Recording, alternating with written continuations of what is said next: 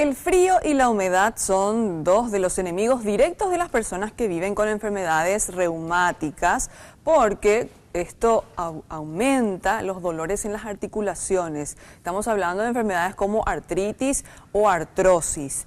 Nuestro compañero Sergio Valdés conversó con una especialista en el tema para saber cómo hacer para que estas bajas temperaturas no afecten el día a día de estas personas. Sergio, contanos.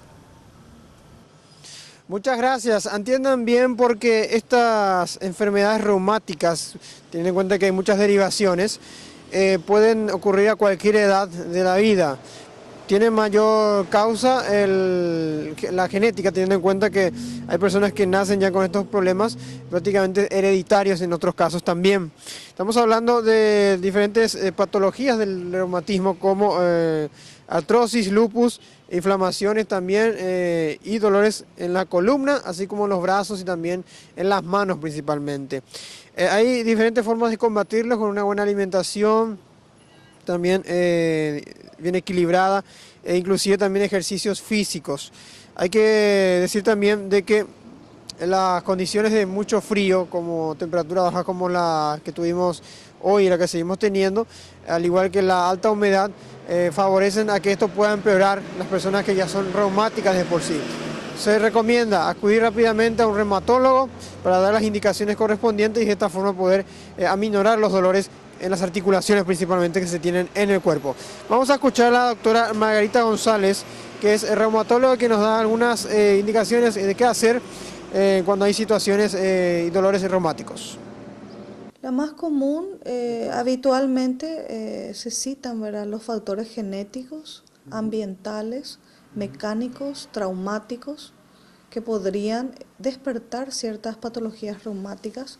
También la parte de ejercicios, recomendamos siempre una actividad cotidiana, principalmente caminatas, bicicleta, alguna actividad aeróbica que facilite dependiendo de cada caso y de cada individuo para orientar bien. También siempre estamos acompañados del trabajo de los kinesiólogos, fisioterapeutas que ayudan para la rehabilitación de nuestros enfermos. Aquellas personas que no se trataron a tiempo pueden tener unas consecuencias bastante complicadas. Estamos hablando de que necesitan prótesis en alguna parte del cuerpo, principalmente los casos comunes son en la cadera y también en las piernas, rodillas principalmente. Se está también incentivando a la atención rápida y también al consumo de medicamentos, desde luego con la prescripción médica. Y se hace la invitación para aquellas personas que quieran participar de esta corrida o caminata del reumatón para el 22 de julio próximo. A días nada más estamos de este evento en el Parque Ñuguazú. Una manera de poder hacer actividades físicas y a la vez también aprender más sobre las enfermedades reumáticas. Y un evento también se prevé para el 27 y al 29 de julio en la Conmebol. Estamos hablando de un congreso internacional. Es lo que podemos informar sobre esta enfermedad que está aquejando a muchos en este frío. Volvemos con ustedes.